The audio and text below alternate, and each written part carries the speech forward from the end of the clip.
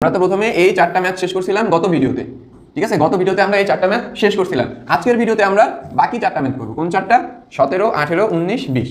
চলো আমরা 17 নম্বরটা করি। 17 নম্বর কি বলছে? X square minus 3x, x square minus 3x, ঠিক আছে, একটা দিছে। তারপরে দিছে কি x square minus 9, x square minus 9। আরেকটা কি দিছে? X square minus 4x, x square minus 4x plus 3, ঠিক আছে। এই তিনটা সমীকরণ আমাকে দিছে, ঠিক আছে। এখন এটা ঘষাগো বের করতে হবে। তাহলে প্রথম রাশির ক্ষেত্রে কি হবে? প্রথম রাশি কি আছে? প্রথম রাশি কি আছে? X square minus 3x। তাহলে আমি কমন কি যাবো? এক্স কমন নিলে কি থাকে? X minus 3।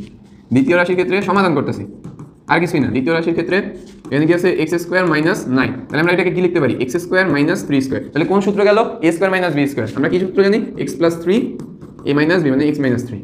তৃতীয় রাশির ক্ষেত্রে x square minus 4x plus 3। এটা কি করবো? মিডল টার্ম করবো, মানে উৎপাদক বিশ্লেষণ করবো। তাহলে x square minus 3x minus 4x plus x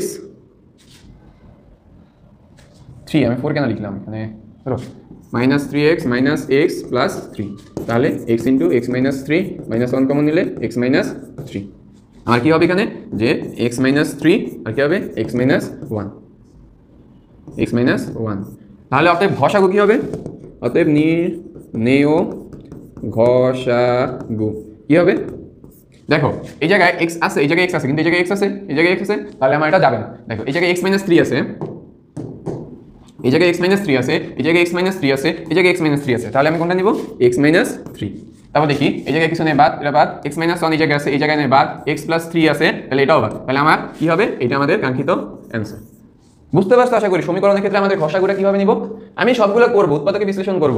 উৎপাদকে বিশ্লেষণ করার পর দেখব তিনটা রাশি বা চারটা রাশিতে কমন কি আছে। কমন জিনিসটাই আমরা ঘষাগু করব, ওইটাই ঘষাগু। কমন না মানে একবারে কমন যে জিনিসটা আছে তিনটা রাশিতে যেটা কমন থাকবে ওইটাই অ্যান্সার ঘষাগু। ধরো তিনটা রাশিতে তুমি কমন আসো, প্রত্যেকটা রাশিতেই তুমি আসো, প্রত্যেকটা ফ্রেন্ড সার্কেলেই তুমি আসো। ধরো তিনটা ফ্রেন্ড সার্কেল তোমার, ঠিক আছে। তোমার স্কুলে তোমার তিনটা ফ্রেন্ড সার্কেল, ঠিক আছে। এখন তিনটা গ্রুপের ফ্রেন্ড সার্কেল আছে, তিনটা গ্রুপের ফ্রেন্ড সার্কেলে তুমি জয়েন আসো। তাহলে ঘষাগু কি হবে? তুমি হবে, ঠিক আছে। ফ্রেন্ড সার্কেল ওটি না, তুমি ঘষাগু হবে, কারণ তুমি তিনটা ফ্রেন্ড সার্কেলের সাথেই যুক্ত। ওকে, আশা করি এখন বুঝতে পারছো তোমার সাথে রিলেট করার জন্য।